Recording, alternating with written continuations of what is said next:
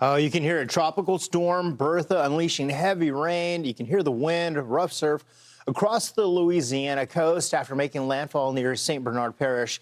You can see the swells it brought along. This is for Lake Pontchartrain. This is video coming in from New Orleans. Tropical storm warnings, by the way, still in place for parts of the Louisiana coast as Bertha now makes its way toward Texas, ready for a second landfall. So as we look at the very latest information, the 5 a.m. advisory coming on in, you're looking at those winds still at 45 miles per hour. It's moving over the open waters of the Gulf right now. Move just overland over portions of Louisiana. It is expected to lose some of its intensity, especially since it is interacting with a little bit of land. We still have the wind shear that's been a big part of Bertha's life. And what about the lopsided storm that it has been? That's been something that Bertha has been noted for, thankfully, because in that sense, a lot of the rain has remained off of the Gulf Coast. So rather than having it over in with the interior locations, we've had a nice break, Michael. That's been our savior with this specific storm. But look at the coastline now. You're talking from the Louisiana-Texas state line to perhaps as far south as Port Lavaca, where the forecast cone takes the center of the storm, and about a 90% chance that it stays within that cone. But the coastline now watching closely. Absolutely, and not only could we be talking about storm surge, but also some rain. And good news is that this is a bottom-heavy storm. Right there just again. meaning that a lot of the precip or the rain with this is actually south of the center of circulation. Yeah, here's the center, and that's been the story with this all through its life in the Gulf, which has, again, saved us for heavy rainfall for I-10. When we're looking at, though, since it is, I like that you said that, bottom heavy, you look to where is that going to go once we get to Texas, because Texas coastline obviously does this, right? And it's almost like a catcher's mitt for what's coming with Bertha. So the heaviest rainfall for places across South Texas, Corpus Christi, to just outside of Brownsville, you are under a flash flood threat level 1 out of 4. Yeah, and Craig, the problem is that over the past couple of weeks in parts of Central and South Texas, we've seen flooding. Yes. And so this is only going to add insult to injury as that moisture plume moves on shore. Now, not a ton. It's expected to run out of a lot of its steam before it gets there. But still, though, there is going to be some rain. Corpus Christi, Port Lavaca, Laredo, Texas as well. Yeah, it'll be tough for the evening commute today, right? It's this evening through later tonight if you live in these areas.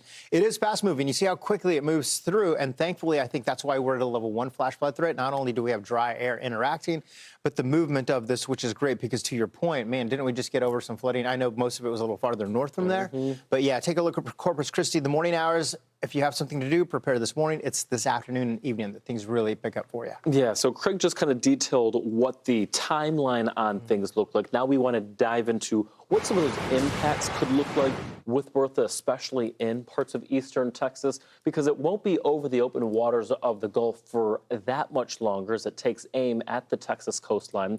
So friends in Galveston toward Galveston Island, where we are under tropical storm warnings as Bertha heads toward the west. It's the winds that could also really start to pick up later on this afternoon. You'll note that right there in Gonzales, Texas, winds from the north at 1 mile per hour. But boy, how things should change, right? Very rapidly. Let me show this to you real quick. So here's where we stand. As Craig mentioned, it made landfall in St. Bernard Parish at about 2 o'clock yesterday. That was Central Time in the afternoon.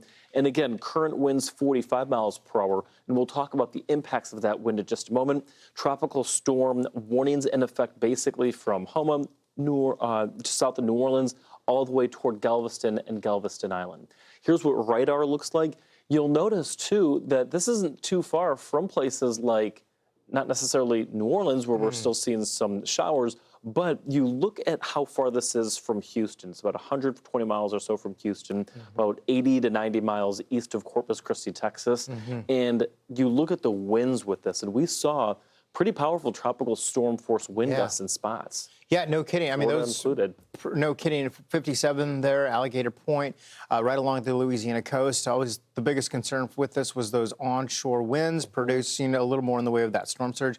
Winds right now, the strongest are on the southern side again, thankfully, because it is lopsided. But as they whip around the southern side, you're still getting some pretty decent wind gusts, and it's also that consistent onshore push that still brings those inlets concern for maybe some higher than normal water. Yeah, I would say places like Lake Charles, Louisiana, 30, 40, maybe close to 50 mile per hour wind gusts. Again, this thing loses a lot of steam and energy as it heads toward Galveston. But Galveston and toward Galveston Island, I mean, 40 to 50 mile per hour wind gusts certainly can't be ruled out of the question as that center of circulation works on shore. Now, as it does, will it still be a tropical storm? Maybe. I think that this thing might fall below tropical storm force characteristics in the next, several hours. Right. Either way, though, New Orleans, it's a gusty start to your day, but boy, it'll be nice that those winds will finally begin to die on down if you have any flight plans in or out of sight. And maybe a little bit of a relief from the heat they've been dealing with True. across New Orleans, man. They've had extreme heat warnings there, which is, when you get that in a place like New Orleans, that's really tough.